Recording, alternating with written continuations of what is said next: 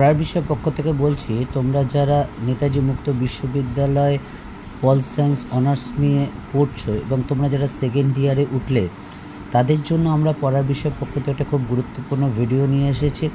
এই গুরুত্বপূর্ণ ভিডিওতে আমরা লাস্টে যে তোমাদের প্রশ্ন পল সায়েন্সে, যেটা CCPA 09 অর্থাৎ public policy and administration in India, এই পেপারে যে 2024 সালের ডিসেম্বর মাসে পরীক্ষা শুরু হয়েছিল এবং 25শে জানুয়ারি 2025 সালের জানুয়ারিতে পরীক্ষা শেষ হয়েছিল, তার আমরা কিন্তু প্রশ্ন নিয়ে হাজির হয়েছি।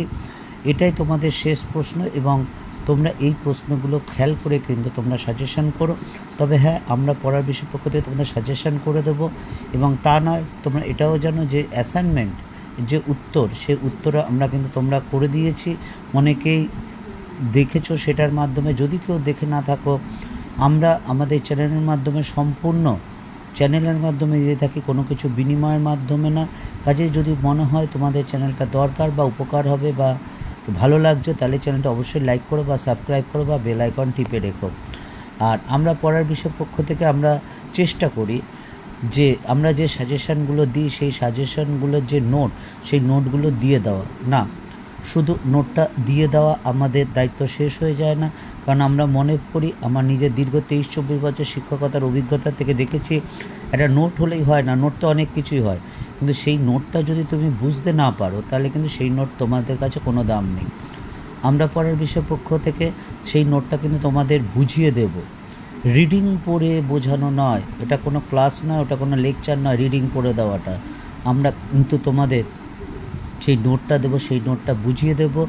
তাও যদি তোমাদের কিছু বুঝতে অসুবিধা হয়, অবশ্যই আমাদের ডিসক্রিপশান বক্সে জানিয়ে আমাদের সাধ্যমতো চেষ্টা করব।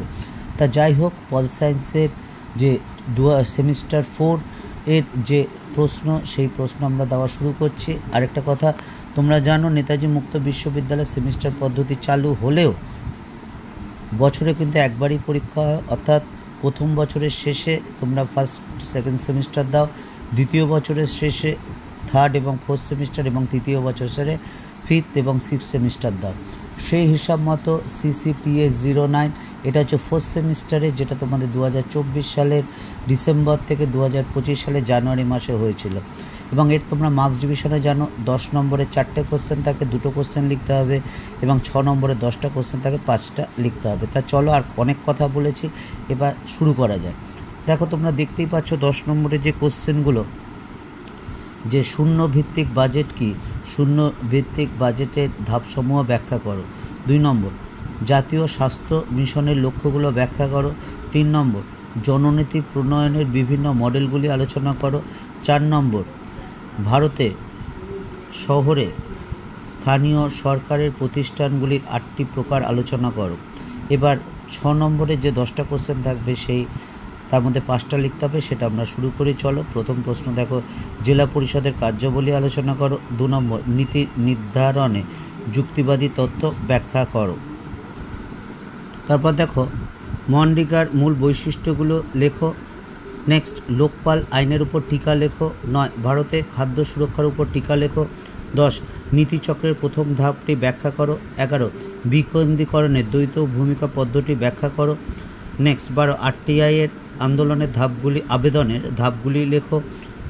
13, ছাঁটাই প্রস্তাবে 3টি বিভাগ আলোচনা করো। এবং লাস্ট কোশ্চেন 14, বাজেটের সুবিধাগুলি লেখো। এই ছিল তোমাদের প্রশ্ন। তা আশা করি তোমাদের ভালো লাগবে। যদি ভালো লাগে, তাহলে চ্যানেলটি লাইক করো বা সাবস্ক্রাইব করো বা বেল আইকন টিপে রেখো। পড়ার বিষয় পক্ষ থেকে এতটুকুই, অগ্রিম শুভেচ্ছা রইল।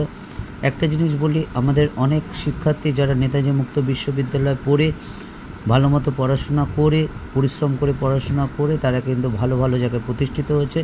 কেউ কেউ কলেজেও পড়াচ্ছে, স্কুলে তো পড়াচ্ছেই, অনেকেই আছে কলেজেও পড়াচ্ছে, বা বিভিন্ন সরকারি বেসরকারি প্রতিষ্ঠানে বেশ ভালো জায়গায় আছে। তাই তোমরা যদি, আমরা জানি তোমরা অনেকেই খুব কষ্ট করে পড়াশোনা করছো, তবুও আরেকটু ধৈর্য ধরো, পড়াশোনা করো, ভালো করে পড়াশোনা করো, মন দিয়ে পড়াশোনা করো। অনেক জানি অনেকে অনেক চাকরি করতে করতে বা কাজ করতে করতে পড়াশোনা করছো, তাদের প্রতি বলছি, নিজের উপর বিশ্বাস রাখো, আত্মবিশ্বাস রাখো, অবশ্যই পারবে। আর যদি কোনো সমস্যা হয়, আমাদের জানিও, আমরা আমাদের পড়া বিষয় পক্ষ থেকে তোমাদের সাধ্যমতো আমাদের সাহায্য করার চেষ্টা করব। অগ্রিম শুভেচ্ছা রইল পড়া বিষয় পক্ষ থেকে।